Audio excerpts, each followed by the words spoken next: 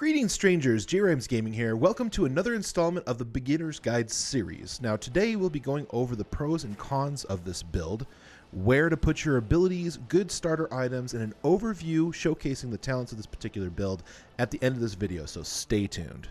If you haven't already heard by now, I live stream each week Friday through Sunday between 4 and 9 p.m. Mountain Standard Time on your favorite streaming site. So subscribe and turn on notifications so you don't miss a content release.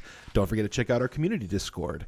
All the links are in the description down below, and without further ado, let's return to your scheduled program. Now let's go over a little bit of the pros and cons of the Fire Sorceress build. Now some of the pros of the Fire Sorceress build is that it is a really good ladder starter. It has really high fire damage, which scales really well into the mid and late game, as well as ease of playability. And you don't have to worry about hitting the monsters really perfect because of Fireball exploding and being more of an targeted AoE ability. Now where this build does struggle is that your character is very squishy. It has really low damage starting ability with Fireball, unfortunately not scaling very well until you hit Fireball, as well as you will have mana issues, and it continues to be mana hungry. Although Meteor is a great damage over time ability, it does have a very high delay time as well as a cooldown, which makes it very difficult to aim in area of effect for monsters. Now when it comes to attributes, it's very similar to the Cold Sorceress. You're going to put enough strength and dexterity to wear the items that you have, as well as maybe considering putting in some points into your energy and then the rest into vitality. So you want to probably do a 3-2 or a 4-1 split with your vitality and energy if you feel like you are lacking with that energy pool and having enough mana to not always run out as soon as possible. But if you feel like you're good on mana, you can for sure dump it all into vitality. So let's talk a little bit about your Mercenary. Now whether you choose any of the mercenaries, I would definitely recommend trying out the Act 1 Mercenary. What's really great and is a great quality of life that was changed is that you can now put the Insight rune word into a bow. So on this mercenary, I have an Insight into a stag bow. I have the Wormskull Bone Helm for some life stolen per hit, as well as a rune word called Smoke, which allows your character to increase all resistances plus 50, which caps it out into Nightmare in Hell. I would personally grab an Act 1 Mercenary with the Freezing Arrow ability, which allows your Mercenary to freeze monsters for you. Now when you're starting in Diablo 2 Resurrected, one of the things that's really interesting about this game is every time you play it's a little bit different, and depending on your luck you might get different items that may come to you or don't come to you. So this is just one of the great examples. So with this fire build, I went with the Spirit Sword on the main hand with Ancient's Pledge on the offhand. I have a Lore Mask, Nakozan Relic, Smoke Chest Piece, 2 Manald Heel Rings, a Snake Skin Belt upgraded to the Shark Skin so I could have the 12 potion slots, as well as the Infernal Stride Demon Hide Boots. And in addition, you will probably have the Stealth rune word until you get to that point where you get the runes and you are able to upgrade your armor to the Smoke, as well as think about creating Leaf rune word, which is Tirao, which gives you +3 to skills, as well as a bunch of other skills which increases your damage immensely while you are a fire build sorceress. Now some great alternatives that you might pick up along the way is the Gloom's Trap Mesh Belt, the Wall of Eyeless Bone Shield, the String of Ears, Dark Glow Ring Mail, and then your magic find items, Gold Wrap, Dual Natural Rings, and the Chance Guards, which allows you to have increased chances of getting better magic items. And also don't forget the S branch, which is not indicated here. Now let's talk a little bit about the skill tree.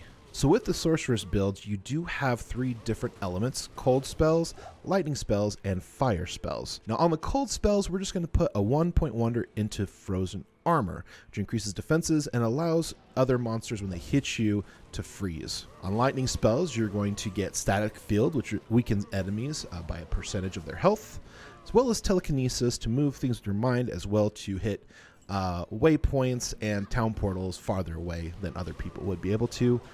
And lastly, with Teleport, which allows you to teleport from one destination to another within the line of sight.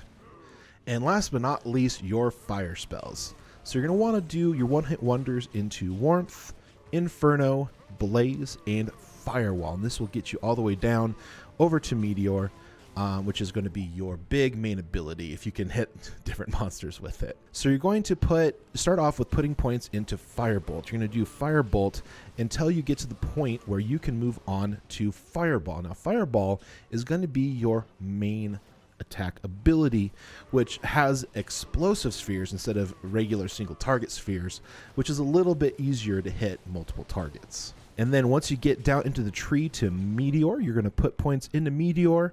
After you're 30, you're going to go Fire Mastery, and then maxing out as much Fireball as you possibly can, putting a few points into Meteor. Now let's take a few minutes to show you exactly how these abilities work.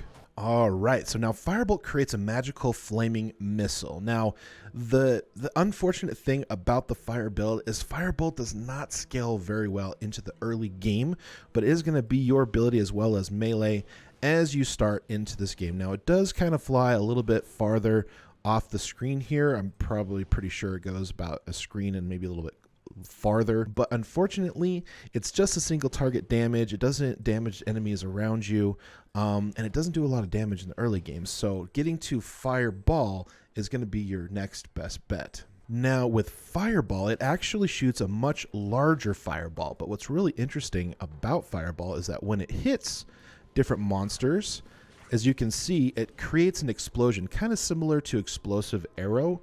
It's just a little bit different, obviously, because it is an elemental spell rather than a flaming arrow. But this actually can hit multiple enemies, and it's going to be a much higher scaling ability moving on into the mid-game. Now, your next ability is Meteor. Now, this summons a meteor from the heavens to crush and incinerate your enemies. Now, it does have a casting delay of 1.2 seconds.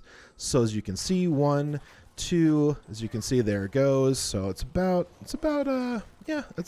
right. It feels like it's like a second and a half. I know it's probably not completely correct, but it does have really high fire damage on its initial hit, as well as damage per second over time. So the more that your mobs actually stay in the pool, the faster they're going to die. Now lastly, Fire Mastery is a passive skill which increases your damage caused by your fire spells. So it's definitely something that you want to max out in this build. So once again, you're going to probably put enough points of Firebolt till you get to the point where you have Fireball, putting as many points as you can in Fireball until you get to Meteor, then maxing out Fire Mastery until you hit that level where it doesn't allow you to finish it, finishing off with Fireball and Meteor. So in conclusion, guys, although that early game using the Firebolt ability is abysmal, this build does scale very well once you gain access to Fireball and then into higher abilities and into the mid and late game.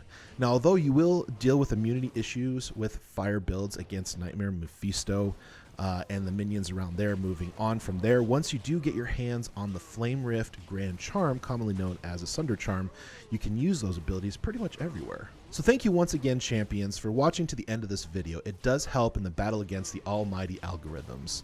Now, if you do feel like my content was worth the watch, then consider subscribing to my channel, leaving a like, and lastly, leave a comment on this video with some feedback on how much you enjoyed it, or even how I can make these videos better for all new players to enjoy.